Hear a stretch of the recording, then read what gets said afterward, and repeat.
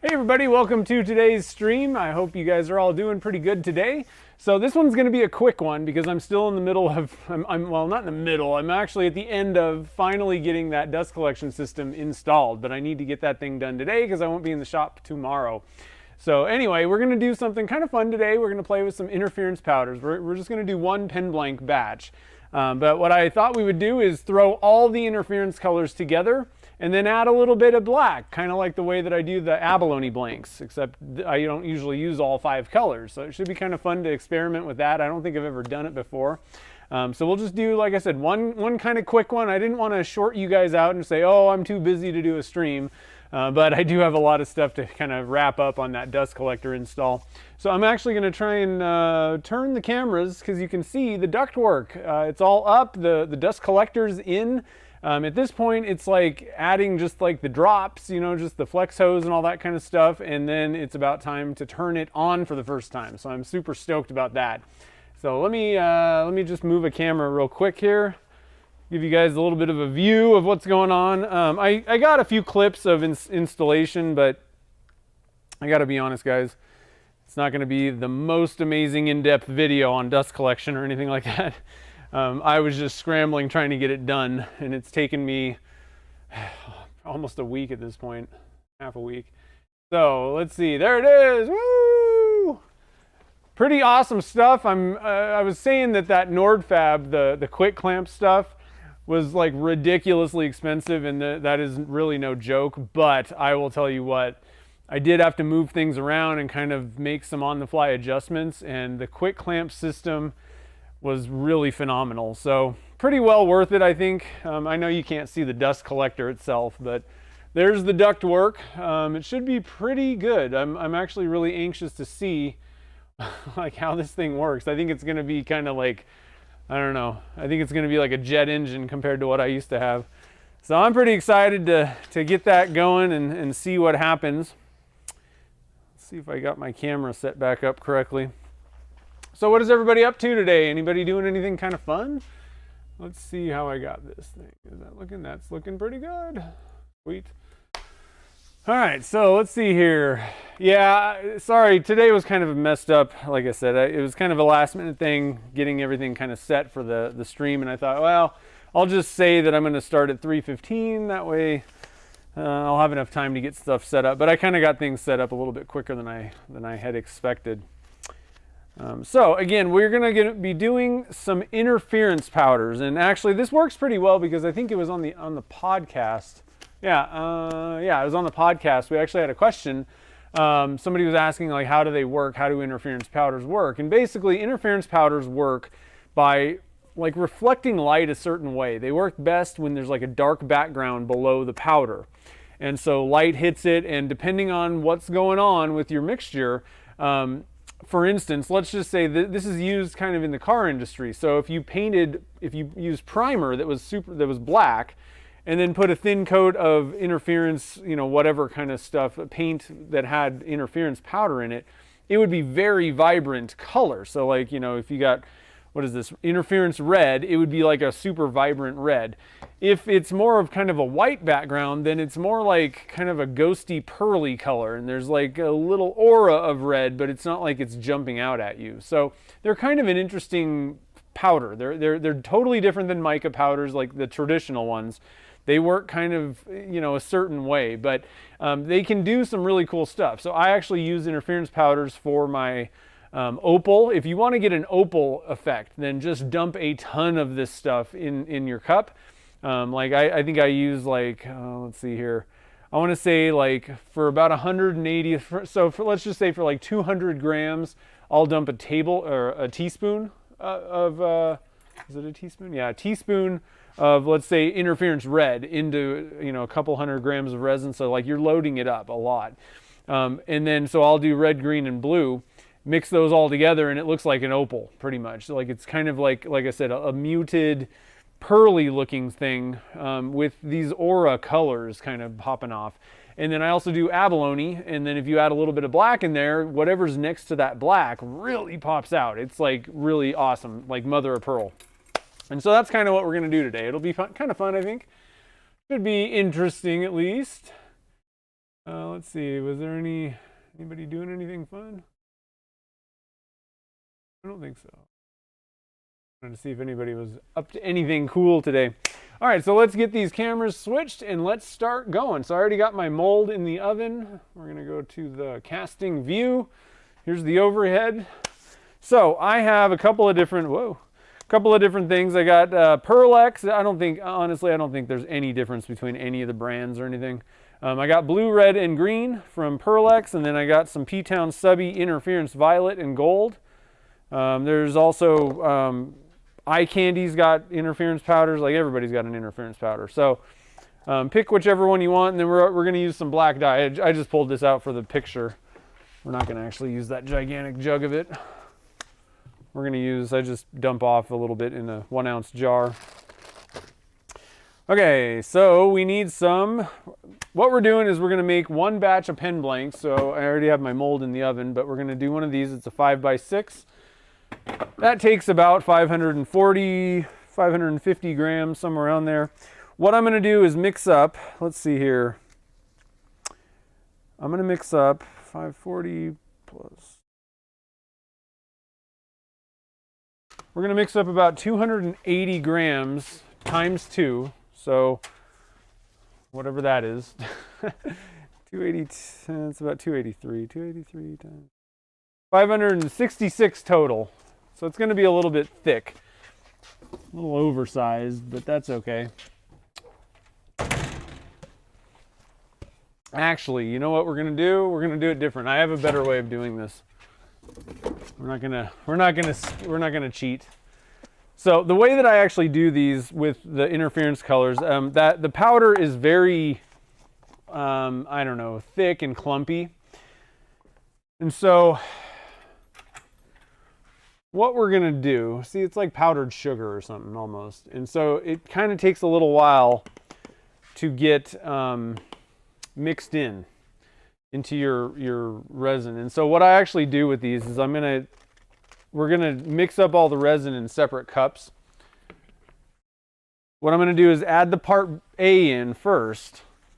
Then I'm going to add my powder, stir it in to each cup, and then we are going to add the part B and go from there. All right?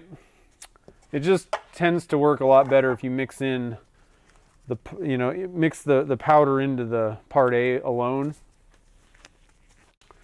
Or I would actually say whatever's the thinner of the two. In this case, we're using Alumilite Clear Slow. So what we're going to do here is we're going to mix up 108 grams. Is that total? No, 8 divided by 2, 54. So we're going to mix up 54 grams in each one of these cups. Takes a little bit longer, but I guarantee you're going to thank me. Just the stuff mixes in a little bit better, especially on your thicker resins. I think might also be kind of an issue. So zero that out. We got 54 in there. Let's see where we're at here.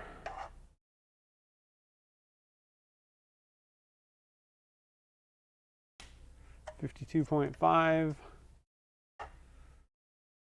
53.5. Come on, get there, kid. That ought to do it. Perfect.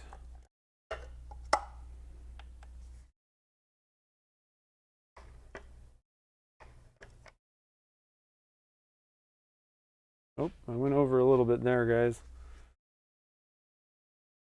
I want to be over.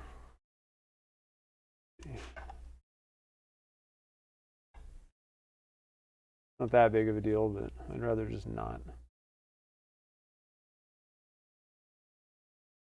Okay, 54.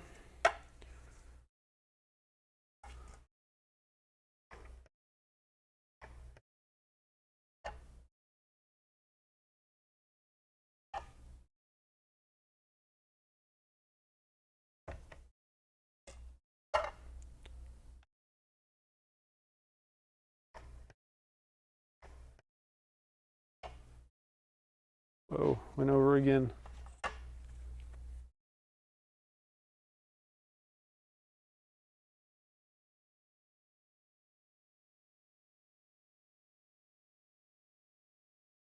Okay. So we got 54 grams in each one of our cups here. And then we need to get another one. And I like to use paper cups for this. Because we're going to add a little bit of black. But the paper cups, the advantage to using the paper cups, where are my paper? Where are they? There they are. I like these ones, the 3-ounce Dixie paper cups. Make sure that you don't have wax-lined ones. And I like to double them up. Sometimes it likes to kind of soak into the cup. Need to get some more of these guys.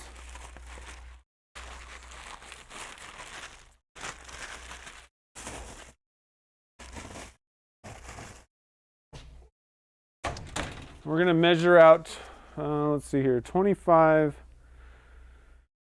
Let me look up something really quick. I just need to double check. I think it's, actually, I think we're going to go with 50 grams possibly. This up.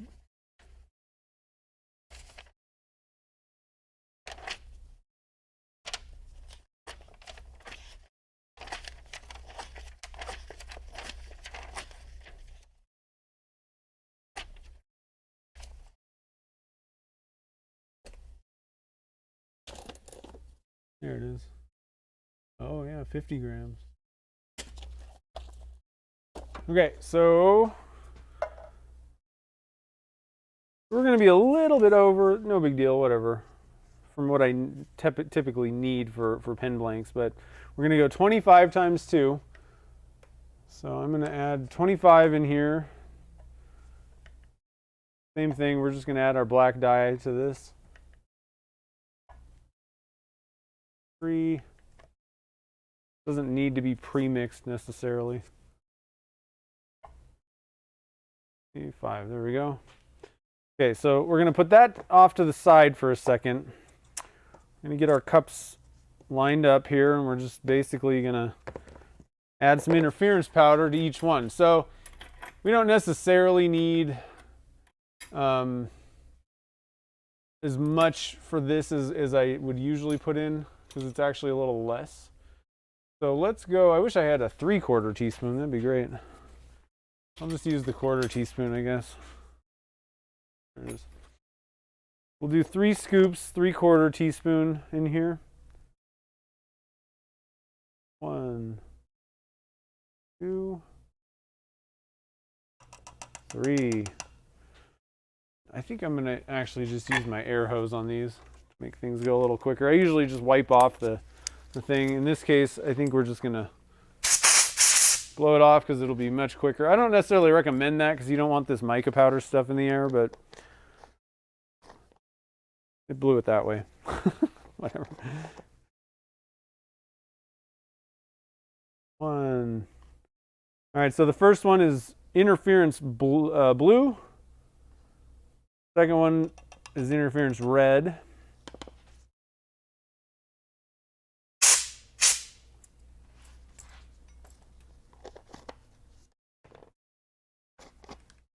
Interference green. Like I said, these ones are Pearlex brand, but whatever. I think they're all kind of the same. Don't know that there's a big difference between the interference colors. I would probably go with whatever cheapest one you can find. Just make sure that it's meant to be used for resin. Sometimes you could run into an issue there.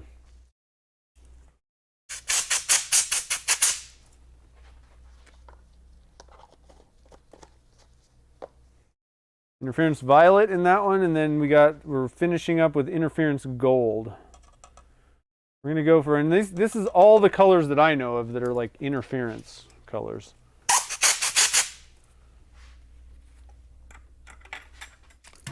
All right.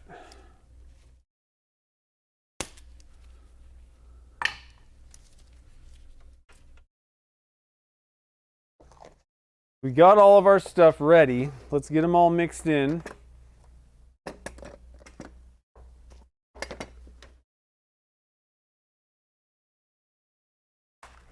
And again, all I have right now is part A in all of these things. I like to add the powder and stir it together because it gets kind of clumpy. All right, so I'll just kind of show you.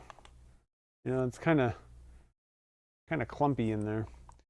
So I find it's best to have lots of time. I'm not worried about the clock at this point. It's only until, you know, once we add to part B, then you got to start moving, you know. That's when the timer starts going. So I'd rather have all the time in the world to kind of, you know, get this stuff mixed in. One thing also to think about is, you know, you're going to add twice as much. Once you add the part B, there's twice as much liquid in there. And so if you've done a pretty good job getting it mixed into just the part A, then once you add the part B, it's going to kind of thin out anyway. So even if you got a little bit of a clumpy powder, then it should thin out even more once you add the part B in there.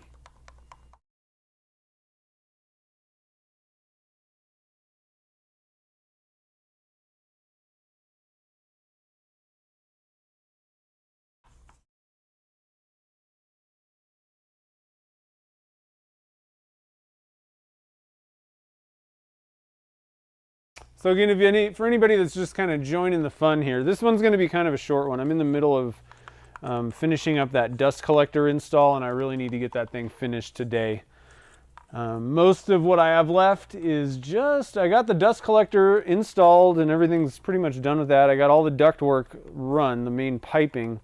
At this point, I just have to run like the drops. You know, just add the flex hose to the ends of all the pipes. And it'll be time to fire it up. I'm really excited about that. It's been a large, difficult project. It was interesting getting the motor mounted. You got to lift the motor and fan blower housing 9 feet in the air. I was trying to do that by myself. So I employed a little bit of help from a hoist. I went to Harbor Freight and got a hoist. That worked pretty well, but I still had to mount the hoist above that thing somehow. It was tricky. It was a tricky installation, but I made it through unscathed. I didn't even fall off a ladder once. And I'll do kind of a quick video. I got some clips. Most of it's all just kind of like time lapse type stuff. Mainly, I just want to kind of share my experience overall and any, you know, tips or, you know, anything major that I kind of noticed after, you know, installing the NordFab quick clamp system as well as the Dust Gorilla from Oneida. Actually, so for most of you guys, you know, last Wednesday I was expecting a delivery. That stupid company didn't call me again and then just dropped it on my neighbor's like doorstep. Or not on their outside, but like dropped it off with somebody else. We're talking this whole project, the dust collector and the ductwork. It was 2 different shipments. It was over $10,000 worth of stuff, and they just basically gave it to somebody. Luckily, you know, I know the next door neighbor, the person that, you know, owns the shop there, but I was like, are you kidding me? And it wasn't Oneida's fault. It was FedEx's fault, really, because they outsourced. What I found out was they outsourced. They like just gave it to some other company, and this other company was like, whatever, we don't care. Delivery company. So it was a kind of a messed up thing, but Oneida's taking care of it. I let them know what happened, and they've been great about it. All right, so we got everything mixed in pretty well. Part A. So what I'm going to do, I'm going to zero this guy out. We're going to add our part B first. This one, I'm going to add the black after I've mixed it up. No big deal.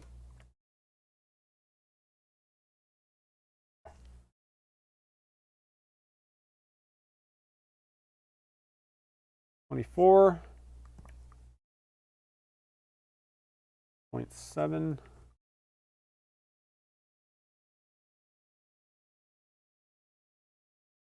25. Oh.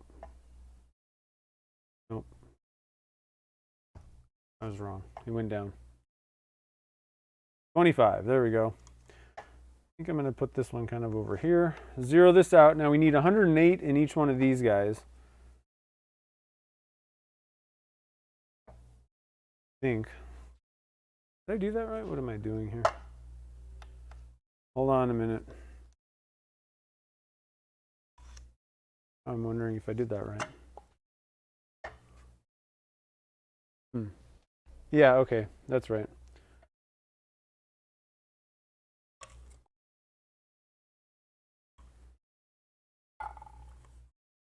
Did I add part B to that? Jeez, now I'm all messed up. Did. All right, so hold on a minute, guys. I screwed up there. 50, 54. Okay, so 54 grams. I know that I've already put one in, but it was probably about 20 grams. So this was kind of bad, but 28. Okay. Yeah, that's probably about right. All right. 28. Okay. I'm okay. Don't do what I just did. We need 54 grams of part B.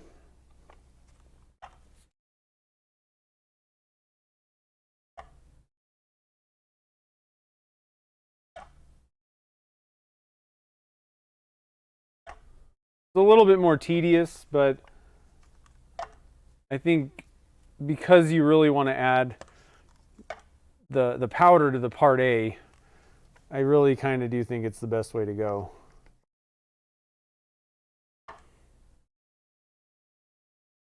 It's a lot easier just to mix up all your resin in one thing, but having that extra time, I think, especially once you get into like the summer months, it's hot in the shop, you don't really have that much time with your resin, then it helps a lot. And so I'm using Alumilite Clear Slow, so I only have 12 minutes. If you had a 45-minute working time resin, I don't know if all this hassle is worth it. You're gonna have plenty of time to get your stuff mixed in.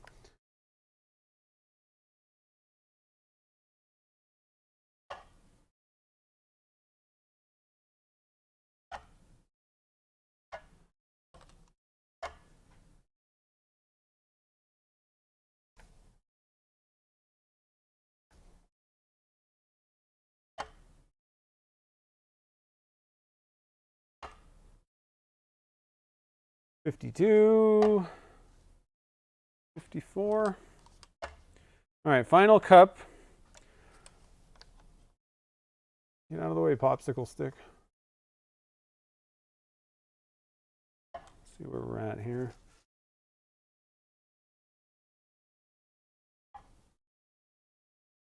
Three. That ought to do it. 54. All right, so we got all of our cups ready. We got our black over here also. Can you guys see all these wonderful cups? Should be kind of fun. Are you guys excited to see how this goes? I am. I'm always excited to see how it goes. All right, so I need one more stick. I think I'm going to mix this one up first, the small one. Sure you get the sides and bottom of your cup every time. Mix it up well, or else you could run into some curing problems. You don't want that.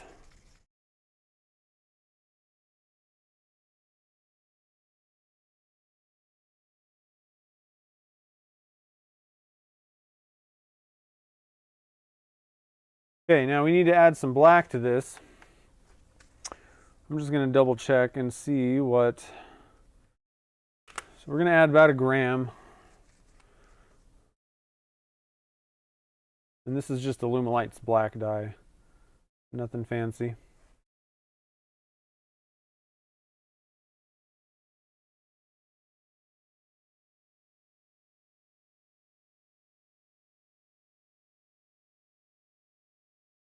If you're going to be measuring dyes out and want to get repeatability, I really recommend getting a scale that goes to 0.1 grams. It helps out if you're trying to get 1 gram, or in some cases, some of my dye mixtures, the ratios, I may need to only put in 0.2 or very small amounts. So having a little bit more accurate scale, if you're going for like color matching or repeatable colors with dyes, you definitely want to have a more accurate scale.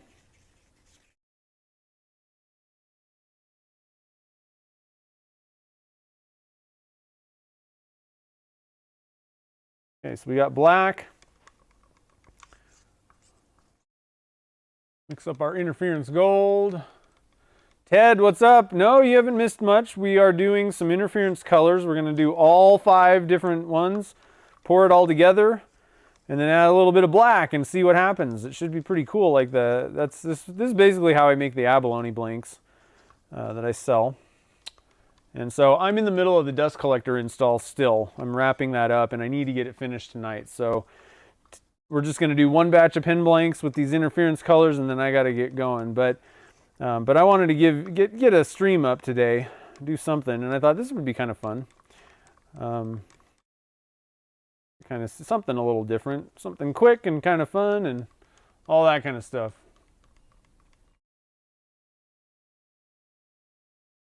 Okay.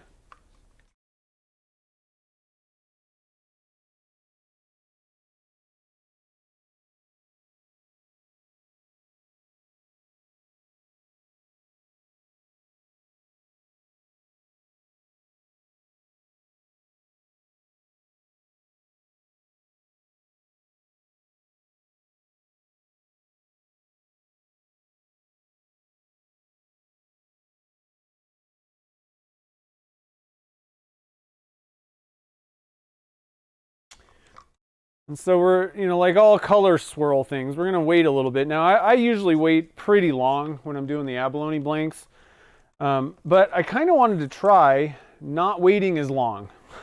Like sometimes when you figure something out, you try something and it works pretty well one way, and you're like, okay, if it ain't broke.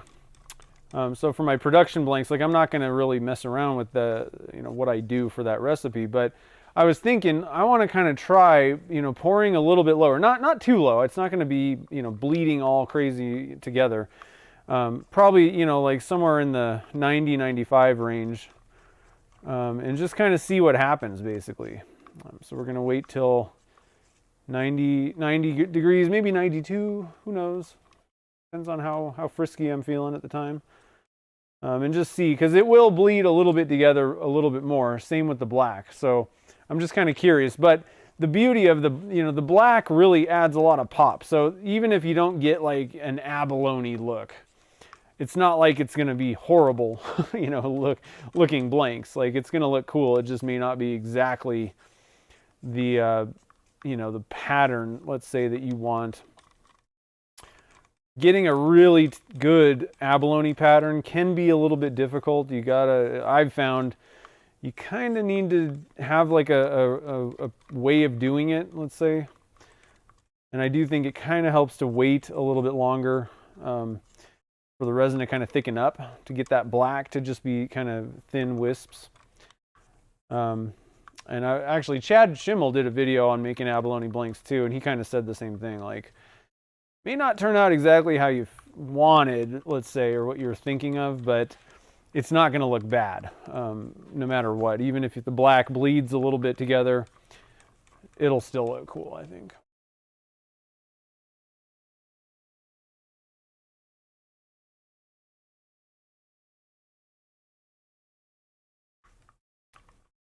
I don't think I've ever done one with all of these guys, all these colors here. Making eggnog, yeah, I know. This stuff does look kind of like eggnog. It's like a white pearly stuff. Especially when you like load it up in the cup like I was doing. But that's one of the nice things about it though, is it has kind of a pearl look to it. So you get that, if you just want to make something that looks like just a kind of an opal, then all you got to do is just mix up these colors and, pour them like a color swirl blank. And you got pretty much, I mean, I don't know, I'm sure somebody's made something that looks just a little bit better than these for an opal. But if you want the easiest way to make something that's pretty opal, this is how you do it. Just mix these up, put a lot of this powder in each one, and then wait till that your typical time that you'd pour color swirl blanks. And in this case, I usually give it a pretty good mixing up if I was just doing opal type. And I know that opal and abalone kind of all sound the same, but they're definitely different. you know, different looking things. So opal is one thing, and that's just the colors, no black. I'm going back and just double checking, making sure that I got these things mixed up quite well. I have no visual cue to tell me when the resin's done, you know, when it's fully mixed up, because I dumped a bunch of powder in there. So I usually go back and just make sure that I've given it, kind of do it twice, basically, just to make sure. As long as you have time, you know. I don't know that I would do that if I was using the 7-minute version of Alumilite Clear. You don't want to have any issues. Had to deal with the lawn. Oh, yard work.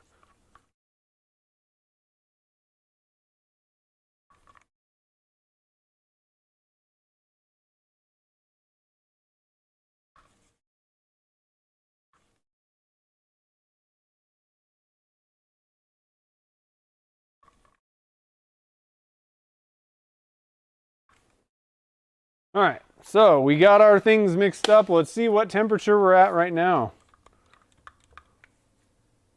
Oh, we're there, I guess. Really? That was fast. Oops, aim it at the thing. Hold on a minute, I don't believe that. No, 82. Huh.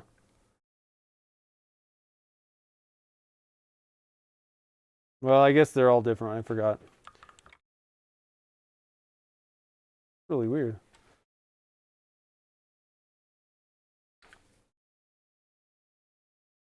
Might have been the one that I kind of had a little bit off. So I'm just going to wait a little bit longer, and then we're going to pour these together. It's kind of one of the problems with doing it that way, where you have all these different colors and you've added part A and part B and stirred one at a time. Even though the clock starts ticking the minute that the B hits the A, that you pour it in the cup, even though that's when the clock technically starts ticking, you know, it really starts going once you've mixed the whole cup up. You know what I mean? And so doing it this way, you know, one cup's going to be hotter than, you know, the first one that you mix up is going to be kind of hotter than the last one that you mixed up.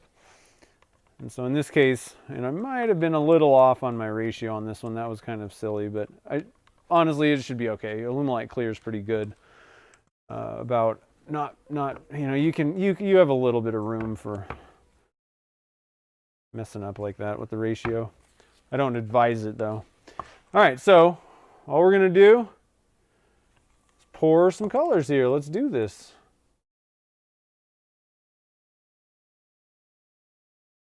And you can, you know, get as crazy as you want with this. Up to you. However you want to pour it. Probably thinner in general is probably going to be a better way to go. But maybe, I don't know. Kind of depends. All right, now this is the trick here. So let's move this more into the middle. This is why I like using paper, because you can squeeze it and you can get a real thin wisp of your black. And you just kind of do a little bit of hoo hoo hoo like that. And that's it. Now we're going to be a little bit more careful, especially if you're going for like that abalone look. Can you guys see how that's really popping in some of these areas? It's pretty cool looking next to that black. And again, the way interference powders work is they need a dark, like substrate, a dark background kind of for the color to really pop out at you.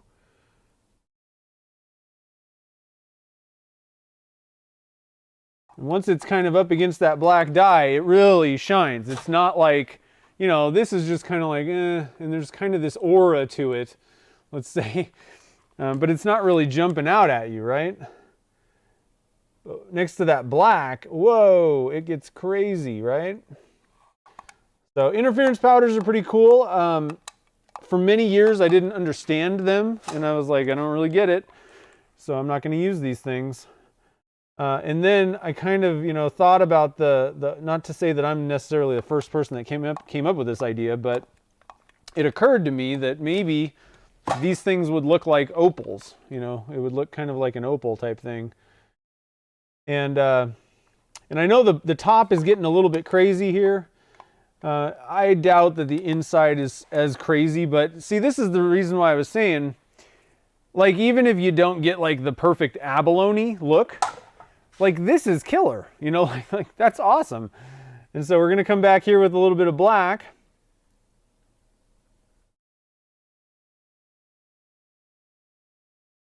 Do that, and then I'm just going to give it a very quick, not a whole lot of action going on here.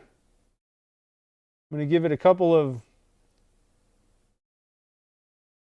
swirls.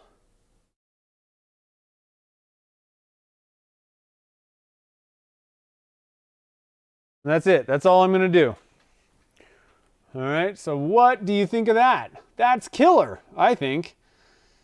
And so I'm really interested to see how, I usually just use the red, blue, and green. I'm interested to see how it turns out having the violet and the gold in there as well. But again, see how these things are really popping. Look at that blue. That's vibrant blue. Purple. The green is really vibrant. The gold.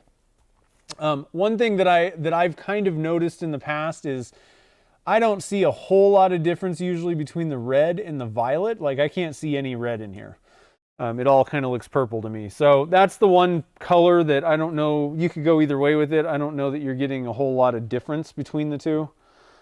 But, you know, whatever. Either way. All right, and then into the pressure pot we go.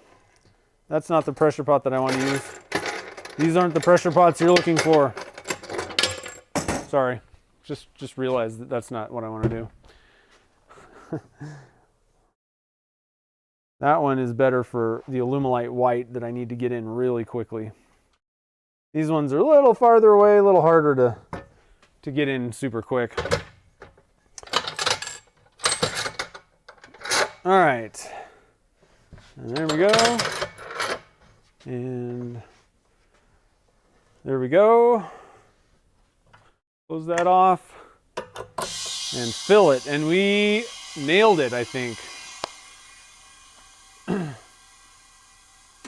Let's see here. I'm going to switch to the intro view. Whoops. Hey, that's awesome, Ashley. Yeah, hopefully this will give you some ideas, things to make, and, you know, ways to use something interesting, especially for people that didn't really get, because I got to be honest, for 5 years, I was like, I don't even understand these interference powder things. So hopefully it'll give you some ideas. You know, you can get two totally different looks, and well, you can get lots of different looks actually with interference powder. So if you just go with that, you know, put a bunch of powder in clear resin, it's going to be kind of like white pearlish. It looks kind of like eggnog, you know, like white pearl, and you'll have this kind of like, it gives off a little bit of the color depending on how the light hits it, but it looks very pearly mostly. If you add something dark next to it or behind it or, you know, whatever, then it's really going to pop that color out at your eyes. And then the other way to go is you could add just a little bit of the interference powder into some clear resin, and then it makes it like another, that's like an aura type thing where let's say that you just filled you know, a mold, let's say, I'm trying to think here. You made some sort of a casting. Let's just say you were going for like a sphere blank, sphere turning blank. So it's going to be totally clear, or maybe like a bottle stopper or something, where it's mostly clear resin. And then what I would do is split off a little bit of resin, like 10 or 20 grams, add just a little bit of that interference powder, and then just try to wisp it through, and you get this kind of weird, you know, like an aura or a, I don't know, Northern Lights look kind of thing. Especially if you had like some burl in there that was a little darker, then it would really reflect off depending on how you were looking at it. So there's lots of different ways to do it. So hopefully it gave you guys some ideas about things to do with it. Let's see here. I'm just going to kind of go up here and see if I missed anything. I don't think so. Okay, so Joey was asking what brand these are. They're a mix. The flat, let's see, the interference violet and gold are the P-Town subby ones, and the other three were the Pearl X. I got to be honest, I don't think it makes any difference which one you use. They all look the same to me. So I would, that's one where I'd maybe just look at price tags on them. I think you're going to get the same results. See here. Yeah, the violet and gold definitely do look good. I like those. And that's why I think those are the only two that P-Town Subby has, is just violet and gold. I have no clue what Doug was at. Those all Pearl. Oh, were those all? So no. So I answered that. The other one is Eye Candy also has, all of them as well. And I, to be honest, don't know which one's cheaper. It kind of probably depends on where you're buying from. While you're checking out, if you're buying a bunch of stuff from Turner's Warehouse, you can get the P-Town Subby and the Eye Candy from them. Pearl-X, I got those Pearl-X ones on Amazon. You can get Pearl-X, I think you can probably get those at like Michael's and Local a lot of times. So it just kind of depends. But I don't think it matters which one you use. Let's see. I'm just scrolling down. So again, this was just going to be a quick one today because I want to finish up that dust collector install. I need to finish it up before I go home today. So I'm just kind of wrapping up, seeing if there's any questions, and then I'm going to have to head out today, unfortunately.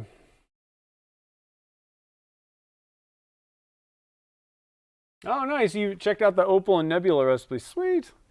That's awesome. I'm glad. Yeah, because I actually have a video on that. Ashley was saying that like the recipe, which is what I just did. 1 tablespoon per about 200 grams, I think, in each cup.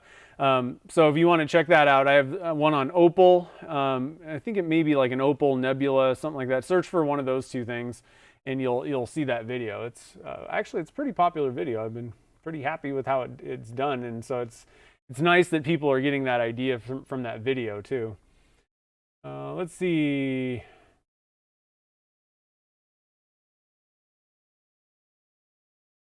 What's the formula for the dye? It's just black dye in resin.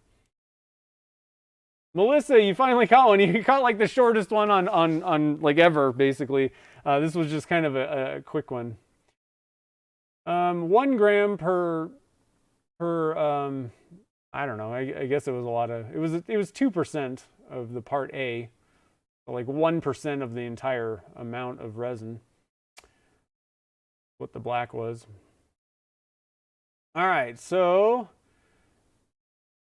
nice. The negative rate cutters came in. You're gonna enjoy those things. The first time I used one, I was like, okay, I'm using these things for anything that's resin. I think you're gonna like it. Vacuum installation. Well, it's the dust collector. I'm all done with it. Everything's, the ductwork's done. The dust collector itself is up and ready. The plug is ready to be plugged in. The only two things, actually, there's two things. I need to there's little grounding clips that I need to kind of attach onto the dust collector, even though I don't know what they're exactly for. I think that a lot of people get kind of like wigged out, like thinking that you're going to get some kind of a spark in the dust bin and it's going to burn your shop down. But I don't think there's any, there isn't like one case where that has actually happened, any documented cases of that. So that doesn't bother me. I'm not worried about it. But I'll tell you what, I don't like getting shocked by all this stuff. So I need to do that for, ground it. And then I just need to put the drops in. And then I'm ready to turn it on. So I can't wait to see. Hopefully it'll improve things a little bit. My old dust collector was a cheap one. The filters sucked, and it was on its last leg, I think. It didn't really want to turn on, and I really didn't want to just replace the motor or anything on there. So, yeah, negative. They were a game changer for me. I always said that, and that's what I told. Like Easywood Tools, I think got that marketing talk from me. I was like, that's a game changer, because I literally would just not hollow resin. I was like, I get a catch and I hate it. It's not even fun for me. And I would be all tense trying to do it. And then these negative rate cutters came out, and like literally I could hollow something one-handed, without looking, and it's not going to catch. So I was like, these are game changers, and it's made turning a lot more fun. I don't have that. You're not anxious, like, oh, and white knuckling the tool and all that, waiting for the next catch. So anyway, guys, I got to get going. I got to get this dust collector in. I appreciate you guys all joining the fun tonight. Sorry it was so short, but hopefully it was worth it. Short and sweet, maybe. And if you guys go out there and do some of this stuff, try some of the interference colors, or do some black swirls in there, or whatever you're doing, make sure to tag me on Instagram and Facebook. That way I can see what you guys make. I always love seeing what everybody else is making. So if you do try something out, let me know. I always, like I said, love to see that stuff. So anyway, guys, we're going to get going tonight. The next stream is going to be Wednesday, 3 p.m. Pacific time next week. Yeah, definitely. And then actually, hold everything. Let me look at the calendar. So also, if you're a patron, we're also doing the first Friday next Friday. So it's going to be nuts. We're going to do Wednesday and Friday streams next week. Patreon only on Friday. And I got to think of what I want to do. So anyway, it should be pretty fun. We'll do all kinds of fun resin casting. Hopefully the dust collector will be done and actually working next week, so I don't have to mess with that anymore. But anyway, guys, I hope you have a wonderful evening. Again, thanks for joining the fun tonight, and I will see you guys all next Wednesday.